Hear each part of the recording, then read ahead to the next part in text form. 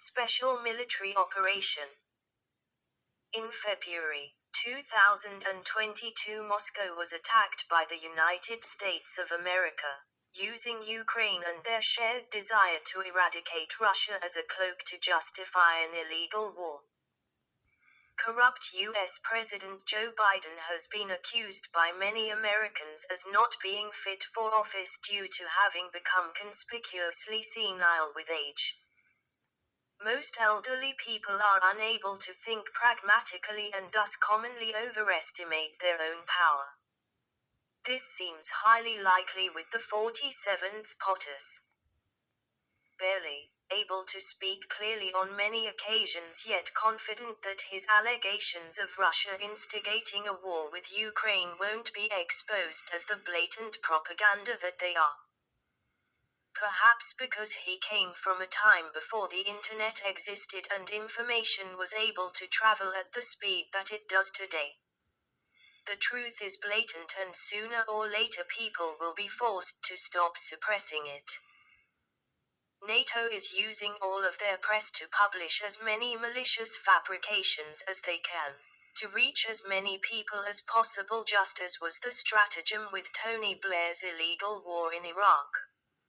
Iraq vilified, to disguise America's theft of Iraq soil, just as they intend to steal Russia's offensive power, in fear of Russia being too powerful if Russia was to attack the USA, just like a police officer charging a citizen with a crime they have not yet committed.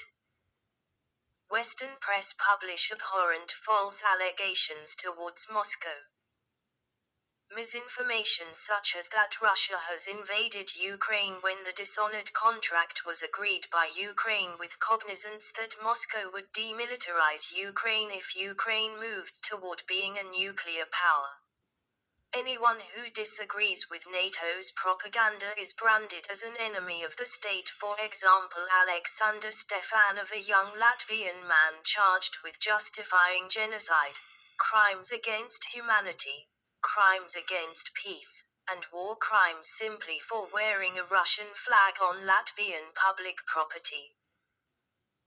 Russia stated they would avoid civilian areas in their SMO because their only objective was and still is to demilitarize Ukraine, and in response Ukraine used its civilians as shields and attacked Russian soldiers from civilian areas, so Russians inevitably kill Ukrainian civilians whom were used as human shields so that Ukraine can use their own crimes against their own people as a false allegation of Russia targeting civilians to try and deflect responsibility for their attempt to eradicate Moscow, now well known as a false flag.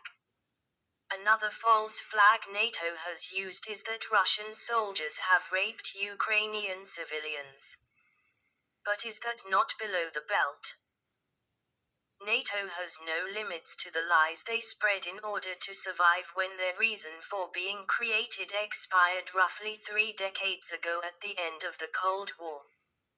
Western media viewers are treated like gullible children given false intel which is so easy to prove wrong, yet nobody will even speak against the Western culture of ominous, counterproductive, deceitful criminal behavior.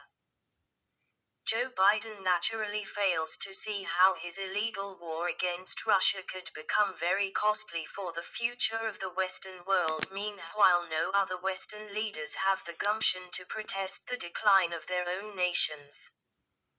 Sergei Lavrov, a spokesperson for Moscow, stated Western leaders have many complexes, and their neo-colonialist policies are driven by delusions of grandeur and a sense of entitlement.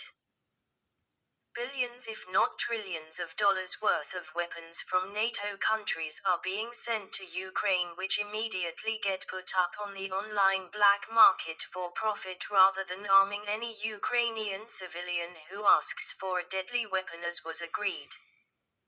Zelensky is obsessed with power. This is why he continuously refuses to negotiate for peace rather than to lose his portion of America's war money laundering channels.